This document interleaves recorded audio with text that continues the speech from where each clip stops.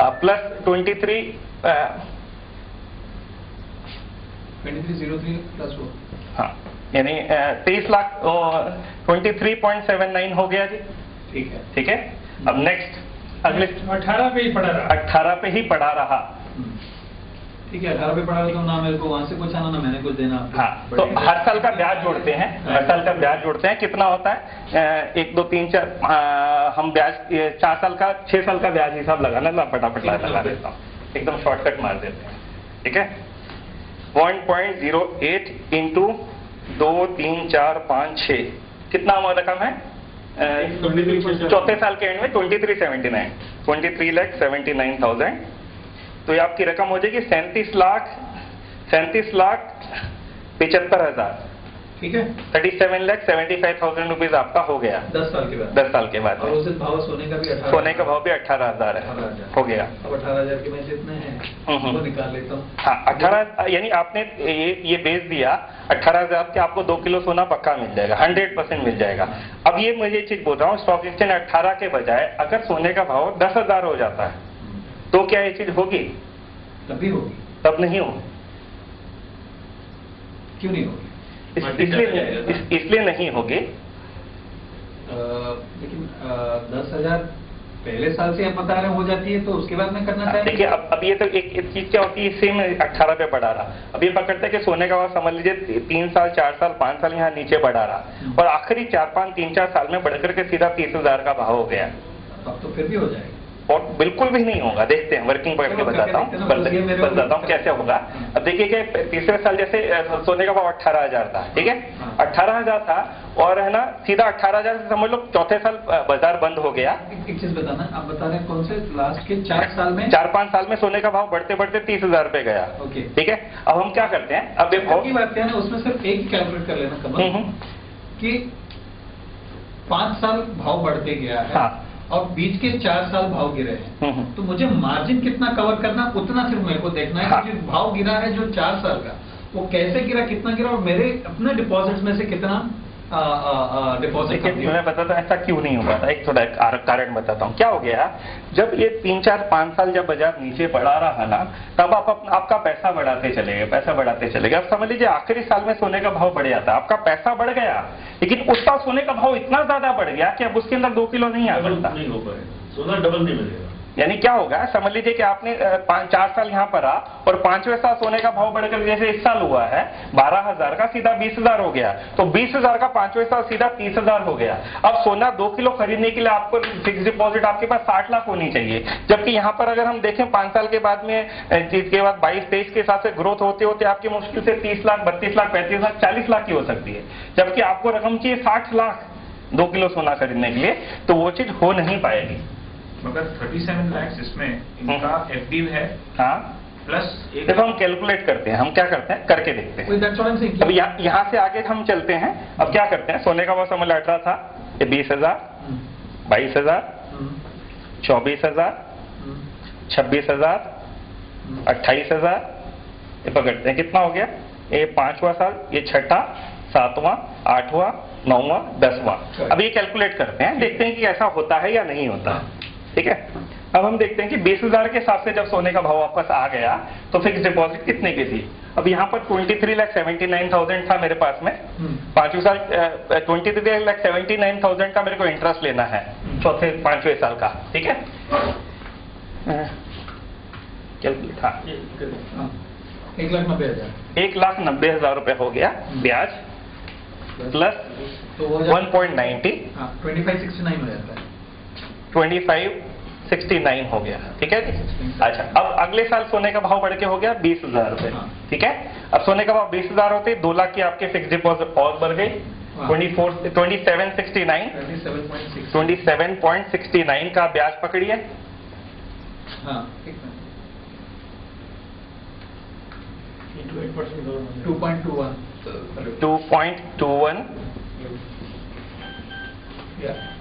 2.21 plus कर दिया, तो ये मेरा हो जाता है 29.90 मेरा 29.90।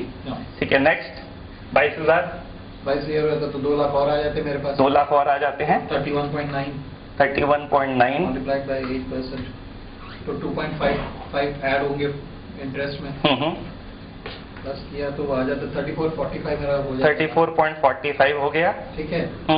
फिर और बढ़ गए तो और 2 लाख और बढ़ जाते प्लस 2, तो 36.45 का 8%, 2.91 इंटरेस्ट लिख लीजिए, इंटरेस्ट में 2.91 34.45 प्लस 2.91 या नहीं 34 प्लस 2 34.45 प्लस 2 हाँ प्लस 2 हाँ प्लस 2 वही तो 36.45 36.45 यहाँ ये प्लस 2.91 दैट इज 38.91। गड़बड़ हो गई है, 39.36 देखिए 34.45 था 34.45 प्लस 2 लाख तो 36.45 हो गया, प्लस उसका ब्याज 45% पे 8% आ जाता है, तो 2.91 इंटरेस्ट आ गया। हाँ तो उसको प्लस किया तो 39.36 होता है वो। 39.36 ठीक है। नेक्स्ट ईयर 39 फिर और 2 लाख ऐड हो प्लस 2 लाख और बढ़ गए, तो 41.36 के ऊपर 8% 3.31 इंटरेस्ट आ गया। तो एंड ऑफ द टर्म मेरे डिपॉजिट्स हो जाते हैं 4467। ठीक है, और 2 लाख ऐड करो, प्लस 2 लाख और ऐड दें 4667 पे 8%, तो 3.73 इंटरेस्ट आ गया। डिपॉजिट्स हो जाते हैं 50 लाख 40,000 50.41 ठीक। और अब खत्म हो गया, क्लोज हो गया, 10वां साल क्लोज हो गया। अब चीज क्या है कि सोने का भाव चल रहा है 56 लाख और हमारे पास में है 50 लाख। सोने का भाव 56 लाख है ना, 28,000 के हिसाब से 2 किलो के सोने का भाव 56 लाख रुपया है, जबकि मेरे पास 50 है। और ये भी चीज क्या है, मुझे ये क्या पता 26,000 से सीधा 40,000 नहीं हो जाएगा इस साल।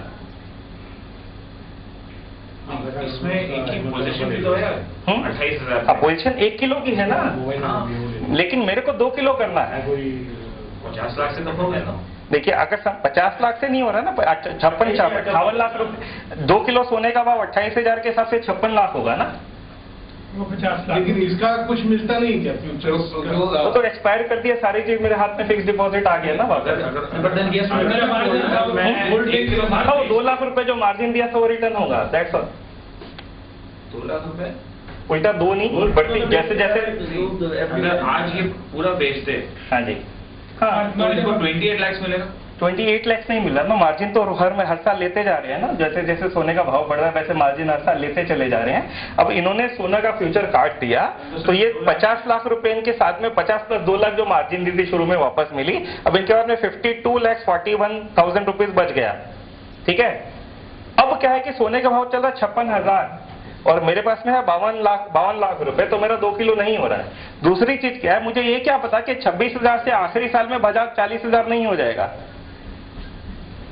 आखिरी साल में अगर सोने का भाव बढ़ गया तो, यानी मैंने जब तक मैंने होल्ड किया तब तक सोने का भाव नहीं बढ़ रहा, और आखिरी साल में जब मेरे को फिजिकली जरूरत पड़ी तब सोने का भाव बढ़ गया, तो कैसे हो? कम करते हैं। हाँ जी, इसमें ऐसा किया जाए कि जो इंटरेस्ट आ रहा है, इंटरेस्ट का 50% अगर गोल्ड लें और 50% गोल्ड लेते रहे। हाँ, that's what I'm saying कि जो इंटरेस्ट बन रहा है, इंटरेस्ट की जगह पे वो एक्सरसाइज कर देंगे कि इंटरेस्ट की जगह पे सिर्फ अगर हम गोल्ड लेके जाए, इंटरेस्ट की जगह गोल्ड लेंगे तो that is a better, that is the thing which was supposed to be done. मैं ये बोला कि पहले ये सही जा रहे थे, अगर मैं हर साल 7.5 ग्राम देखिए, हर साल 7.5 ग्राम आता है। क्या हो रहा है कि जैसे अगर मेरी हेजिंग हो जाएगी, भाव नीचे गिर रहा है तो मेरे पास सोना हो गया, फिजिकल सोना आ गया, कमती रेट पे आ जाए, कमती रेट पे गोल्ड आ गया, तो मेरे को हेजिंग बड़ी फर्स्ट क्लास। बिल्कुल वो यानी हर साल अगर हम देखते हैं कि हर साल मेरे पास में 8% जो ब्याज आता है, वो लगभग जो भी अगर भाव बढ़े हुए हैं या भाव कम हुए हैं, समझ लीजिए सोने का भाव बढ़ गया 25 लाख रुपए हो गया, 25 लाख अगर 25 लाख सोने का भाव हो गया तो 5 लाख रुपए ज्यादा का मुझे ब्याज मिला, तो मेरे उस जो भी मेरे पास में रकम आती है उससे कैलकुलेट करके 18,000 के भाव में, 25 के भाव में एक फर्क करना पड़ेगा आपको कि जितना इंटरेस्ट आ रहा है, इंटरेस्ट का गोल्ड खरीदो। अच्छा, लेकिन इंटरेस्ट का फिजिकल गोल्ड खरीद के जमा करते हैं तो वो दो डबल हो सकता है, डबल हो जाएगा। लेकिन तब भी नहीं होगा, उसमें भी कुछ बाकी रह जाएगा। मैं बोला यू आर 75% क्लोज, उसमें फिर भी कुछ बाकी रह जाता है, वो मैं बताता हूँ क्या होता है। देखिए अगर मैं हर साल 8% के ब्याज के हिसाब से सोना खरीद रहा हूँ तो हर साल मेरे को 75 ग्राम सोना मिल रहा है, तो 10 साल में मेरा 1 किलो का 1.25 किलो होगा। 175 हो रहा है। 1.25 में क्या हर जाए, 1.25 में क्या हर जाए, 1 किलो का 1.25 किलो में क्या हर जाए, या 250 ग्राम कम सही, लेकिन हम उसको भी कवर करते हैं। हम क्या करते हैं, जो आपको सोना खरीदना था, जो यहाँ पर सोना, देखिए हमको ये बात तो समझ में आ गई बड़ी आसानी से कि 1 किलो अगर मेरे पास में फिजिकल फॉर्म का सोना है, मोदी जी यार यहाँ ध्यान रखिए, अगर मेरे पास में 1 किलो का सोना है, इसको यहाँ नहीं लेके एक्सचेंज में लेना ज्यादा अच्छा है। ये स्टॉक मैंने 1 किलो सोना यहाँ पर बेच करके पैसा लेके स्टॉक एक्सचेंज में लिया, ये बात मुझे अच्छे से समझ में आ गई कि फिजिकल लेने से एक्सचेंज में लेना ज्यादा अच्छा है। तो ये 75 ग्राम आप फिजिकल क्यों ले रहे हो? सिंपल, ये 75 ग्राम भी एक्सचेंज में लीजिए, 2.25 किलो हो जाएगा। बहुत सिंपल फॉर्मूला।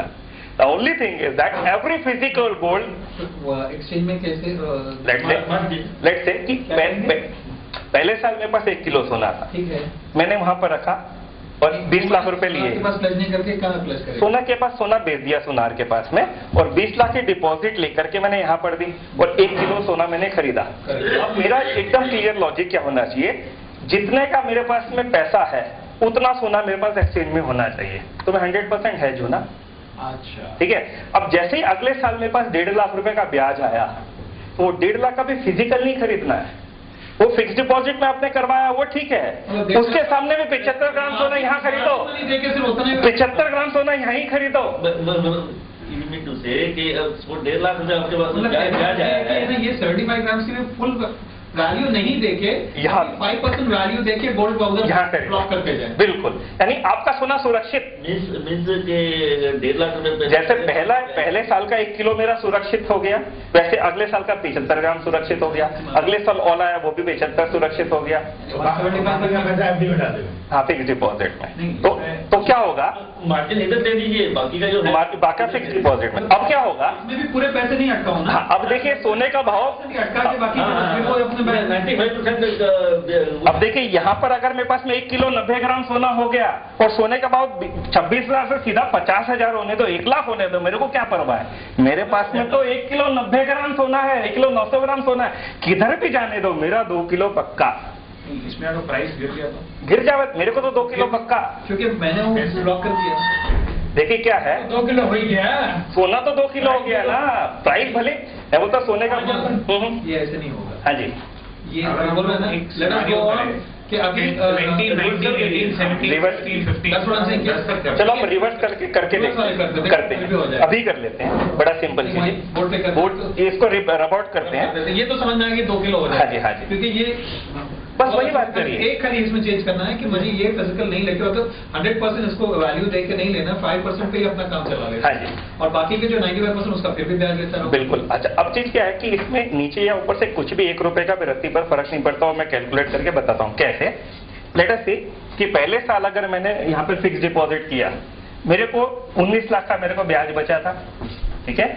19 लाख का ब्याज कितना है सर,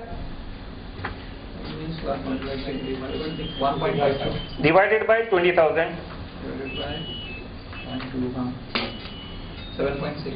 7.6 ग्राम सोना पहले साल मिल रहा है। अब सोने का वो सीधा 10,000 कर दो, ठीक है।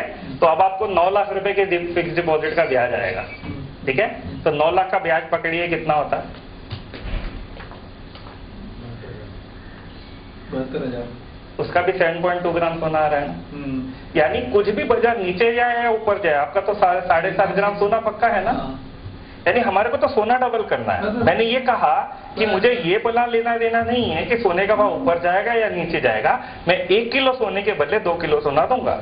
अब समझ लीजिए कि सोने का भाव 20,000 चल रहा है, मैंने 7.5 ग्राम लेता चला गया, 10 साल के बाद मेरे पास 2 किलो हो गया, लेकिन सोने का भाव 10,000 है, तो मेरा 20 लाख का सोना 20 लाख का रह गया, ये बात मैं मानता हूं, लेकिन 1 किलो का 2 किलो हो गया। यानी क्या था, मेरे पास पहले 20 लाख का सोना था, 1 किलो सोना था, 1 साल के बाद में 10 साल के बाद मेरे पास 2 किलो सोना हो गया हर साल खरीद करके। अब सोने का भाव हो गया 10,000, तो भले ही 10 साल के बाद में सोने की वैल्यू जो है 10,000 हो गई, लेकिन मेरे पास में तो जो है सोना 2 किलो हो गया, मेरे पास क्वांटिटी डबल होगी। मुझे ये नहीं पता कि सोने का प्राइस क्या होगा, लेकिन नॉर्मली ऐसा होता है 8 साल 10 साल के दौरान 7-8% के करीब सोना बढ़ता है। तो पहली और दूसरी परिस्थिति में फर्क क्या होता है वो हम देखते हैं। एक पेपर भी साथ में देना सब लोगों को यार। भाई मैं इसका राइटअप वगैरह भी दूंगा, दिखाता हूँ। अपने कंपनी से रिजाइन करके बैठ जाना, हाँ जी। उसके लिए पेपर ये फुल टाइम काम करते हैं। हाँ जी। देखिए पहली परिस्थिति में अगर मेरे पास 1 किलो सोना था, ठीक है, जिसका मैं नॉर्मली क्या कहते हैं कि सोने, घर का सोना बेचना बिल्कुल भी नहीं चाहिए, घर का सोना रखना चाहिए, सोने को हाथ नहीं लगाना चाहिए। तो मैं 1 किलो सोना रख के बैठा था जिसका भाव चला 20,000 रुपए का है, ठीक है। और 10 साल के बाद में सोने का भाव बढ़ के समझ लो 40,000 हो गया, तो मेरे सोने की रकम का भाव 40 लाख रुपया हो गया। तो मेरा 20 लाख पे मैंने 20 लाख का मुनाफा कमाया पहली परिस्थिति में। अब दूसरी परिस्थिति में क्या हो रहा है, मेरे पास 1 किलो सोना था जिसको मैंने कन्वर्ट किया और मेरे पास में 10 साल के बाद में 2 किलो सोना हो रहा है, ठीक है। अब सोने का भाव बढ़ गया तो मेरे पास में 80 लाख रुपए का सोना हो रहा है। तो पहली परिस्थिति में 20 लाख कमा रहा हूं, दूसरी परिस्थिति में उसी चीज पे उतना ही रिस्क लेके मैं 60 लाख कमा रहा हूं, यानी मैं 3 गुना पैसा कमा रहा हूं। यही चीज हमने शेयर बाजार में की थी, सेम चीज करके मैं 4 गुना ब्याज कमा रहा था, यहाँ पर वही चीज करके मैं 3 गुना पैसे कमा रहा हूं। तो ये चीज करके आराम से, बड़ी आसानी से, बिना कोई रिस्क लिए ये चीज हो जाती है। हमने देखा कि पहले साल जो एडिशनल ब्याज आ रहा है उससे मैं सोना खरीदे जा रहा हूं। अब देखिए हमने क्या किया, पहली परिस्थिति में ऐसा था कि मेरे पास में 1 किलो सोना था, ये 2 सोने थे, एक जन के पास में फिजिकल फॉर्म में सोना था, ठीक है। तो इन्होंने क्या किया, अपने पास में रख के बैठे हैं, तो इनका 1 किलो रहा। और इन्होंने क्या किया, दूसरे जन ने सोने पे लिवरेजिंग किया, यानी क्या 1 किलो सोना खरीदना है मुझे, 1 किलो सोने को बिल्कुल रिस्क पर नहीं लगाना है, तो मैं सोने को बेच करके पैसे ले लिए और स्टॉक एक्सचेंज में 1 किलो सोना ले लिया। अब इस सोने का फिजिकल फॉर्म सोने का बढ़े या स्टॉक एक्सचेंज में मेरा भाव बढ़े, मेरे को तो मुनाफा घाटा उतना ही मिलने वाला है, लेकिन इसके लिए सिर्फ मैंने 5% पैसे दी है, बाकी का 95% पैसा मेरा फ्री हो गया। जिसका जो मुझे ब्याज आ रहा है वो मेरी सीधी आमदनी है, उसका मैं कुछ भी कर सकता हूँ। इसका स्क्वायर ऑफ करना पड़ता है। आप लोग बोल रहे थे कि इसकी डिलीवरी का टाइम पीरियड होता है। हाँ, 3 महीने का। हाँ जी, 3 महीने का टाइम होता है। 3 महीने में तो पैसे देने पड़ेंगे ना। 3 महीने के बाद, जैसे मैंने समझे उदाहरण के तौर पर मैंने अगस्त का कॉन्ट्रैक्ट लिया, अगस्त का महीना खत्म हो गया, मैंने पैसे दे दिए, देती वापस मैंने सितंबर का ले लिया, फिर वापस कॉन्ट्रैक्ट चालू हो। अच्छा, मतलब कंटिन्यू उसको कंटिन्यू करना पड़ेगा। वो तो अपने रोल होगा। आगे 3 महीने के उसका जो है 100 ग्राम और 1 किलो, 100 ग्राम और 1 किलो, और चांदी में 5 किलो और 30 किलो। सोने का लॉट साइज 100 ग्राम और 1 किलो होता है। जैसे मैं बोला ना 75 ग्राम भी वहीं पर खरीदना था, तो 1 किलो पहले तो हमने खरीद के रखा था। हर साल जो आमदनी है तो 100 ग्राम भी एक्सचेंज में ही खरीदना चाहिए। तो सोने का लॉट साइज होता है 1 किलो और 100 ग्राम, और चांदी का लॉट साइज होता है 5 किलो और 30 किलो, 30 किलो ऐसे चलता है। एक तो गोल्ड मिनी बोलते हैं, 100 ग्राम इज गोल्ड मिनी, और बड़ा वाला गोल्ड बोलते हैं। और सिल्वर में जो होता है 30 किलो को सिल्वर लॉट बोलते हैं और 5 किलो को सिल्वर मिनी बोलते हैं। ये करते हैं MCX है, multi commodity exchange. Okay sir, this is very very clear. मैं पोर्टफोलियो में ऐसा कर तो रहा हूँ। हाँ हाँ, लेकिन मैं क्या जाने नहीं, उसमें डालने की बजाय I kept on buying gold बीज। ओके, तो लास्ट बार ही है। जैसे मैंने आपको बताया था कि ऑप्शन में वो कर रहे हैं करके वो इन द मनी में ओके, जो प्रीमियम है एडिशनल, हाँ बिल्कुल बिल्कुल, that's a wonderful thing to do.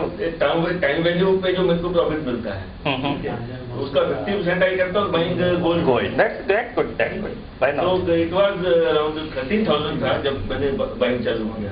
तो अभी भी वो दैट इज गोइंग, यानी हमारा बढ़ गया। I think I should shift on this exchange, get little more profit. हाँ नहीं, तो उसमें क्या है कि उसमें बाकी है 95% मेरा बचेगा, उसका भी आप कर सकते हो। उसको मैं इन्वेस्ट करूंगा। बिल्कुल बिल्कुल, that I didn't do it. ये वाला फिजिकल में आई एम ऑलरेडी डूइंग। हाँ जी, यानी पैसा वसूल हो गए। ठीक है, तो लेट्स ब्रेक। लंच के लिए कितनी देर है? अजय चेक करना लंच के लिए कितनी देर है? 12:30। हम मोदी जी से शुरू करेंगे। मोदी जी,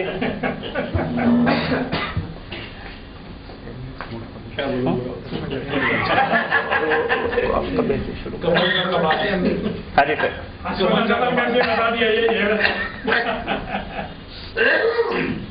1 किलो का 2 किलो सोना फिजिकली हो सकता है। हो सकता है, वैल्यू डबल हो या नहीं हो सकता है। ओके राजेश जी, इस एक्सरसाइज से क्या सीखने को मिला और कैसे क्या?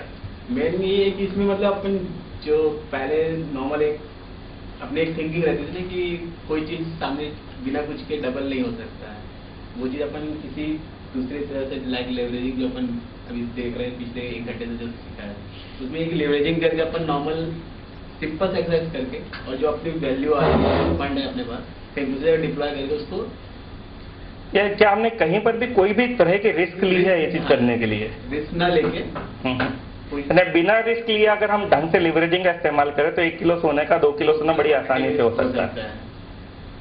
हाँ जी सर।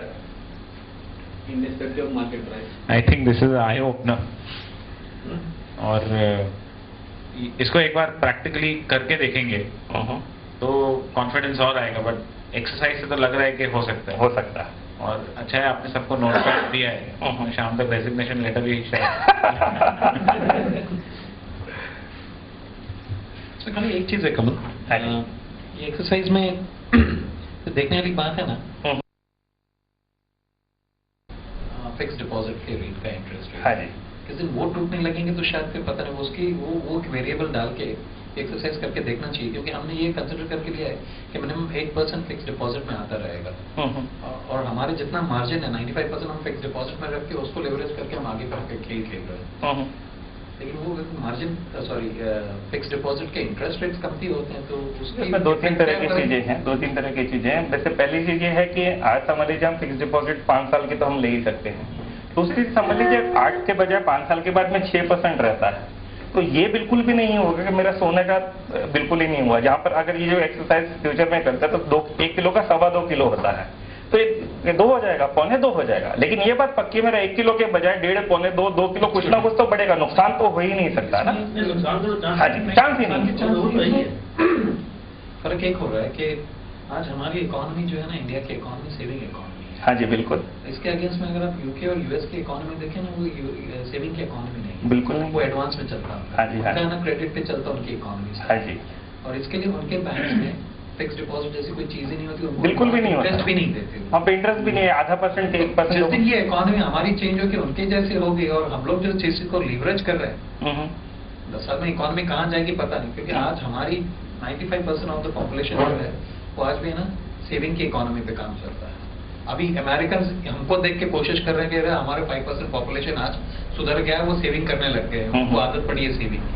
लेकिन हमारा जो है बैंकों में पैसा सड़ रहा है, मैं सच बताता हूँ। लोगों का लोग ना फिक्स रखे हुए या ऐसा ही पड़ा हुआ है। आप लोगों के एक अकाउंट देखेंगे ना, सेविंग अकाउंट में कितना है, 100 लाख रुपया 2 लाख रुपया ऐसे ही पड़े हुए हैं, बिल्कुल पड़ा। और उसका क्या मिल रहा है, 5% मिलता है, 3% मिलता है।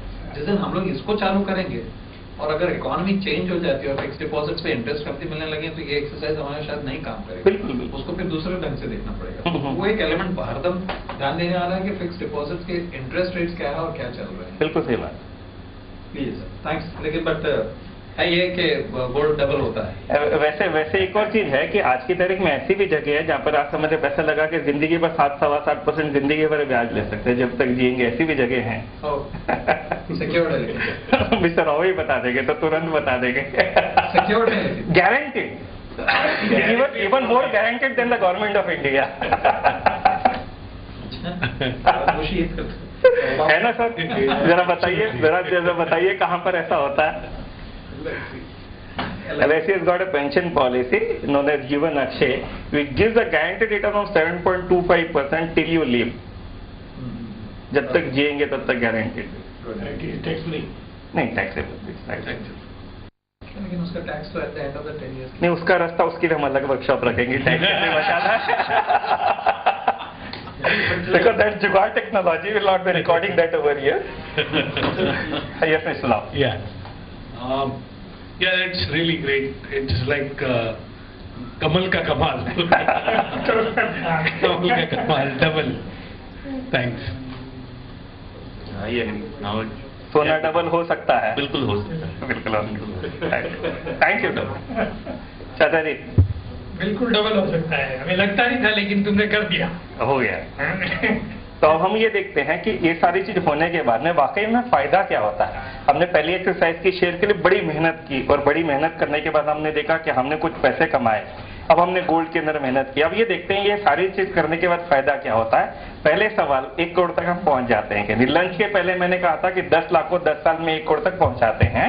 हम देखते हैं कि 10 लाख रुपए का 10 साल में, अभी हमने ऑप्शन शुरू भी नहीं किया है, 10 लाख रुपए का 10 साल में 1 करोड़ होता है क्या, वो देखते हैं। ठीक है सर? ओके।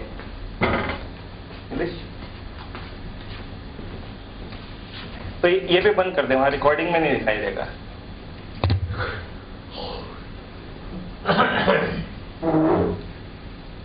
ठीक है, अगर 10 लाख का अगर हम ग्रोथ पकड़ते हैं कि 8% बैंक का और 8% सोने का, तो 16% का ग्रोथ होता है। तो अगर 16% का ग्रोथ पकड़ते हैं तो मेरे को 10 लाख का 11 लाख ब्याज नॉर्मली बैंक में मिलता है, तो यहाँ पर 34 लाख रुपए का फायदा हो जाता है। यानी मेरे को ब्याज 10 लाख के ऊपर बजाय 11 लाख के 34 लाख रुपए का ब्याज मिलता है अगर मैं गोल्ड का इस्तेमाल करता हूं तो।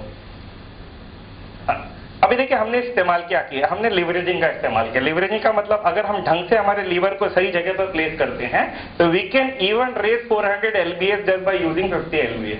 यानी छोटी सी रकम लगाकर हम बहुत बड़े बड़े कमाल कर सकते हैं।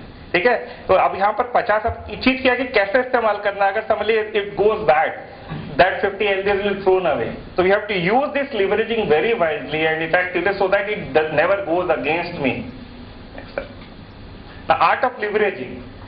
That's it. Leveraging provides fast growth to your investment. जो भी आप हम कहीं पर करते हैं, थोड़ी सी रकम लगा के हम ज्यादा बड़ा एसेट कंट्रोल करते हैं, तो जिससे मेरा ग्रोथ फास्ट होता है, return on investment is far more. Debt gives 8%. Debts plus equity gives 18%. Debt plus gold gives 16%. What about combining all of them? Debts plus gold gives 16%. कैसे कैलकुलेट किया? Next से हमने क्या किया कि अगर हम बैंक में फिक्स डिपॉजिट रख करके और 8% सोने का ग्रोथ पकड़ते हैं तो 8 + 8% 16% मिलता है। हम शेयर बाजार और डेट को कंबाइन करते हैं तो 18% मिलता है। तो if we combine all the 3 of them, why not? तीनों को कंबाइन करते हैं तो क्या हो गया? We get a return of 26% per annum. Is it good enough? 26% साल का ब्याज, करीब करीब 2% महीने का। And let's say, what is the figure? Considering the rate of 26%, in next 10 years, we generate an interest of 90,85,686, and my 10 lakhs becomes 1,85,686 rupees.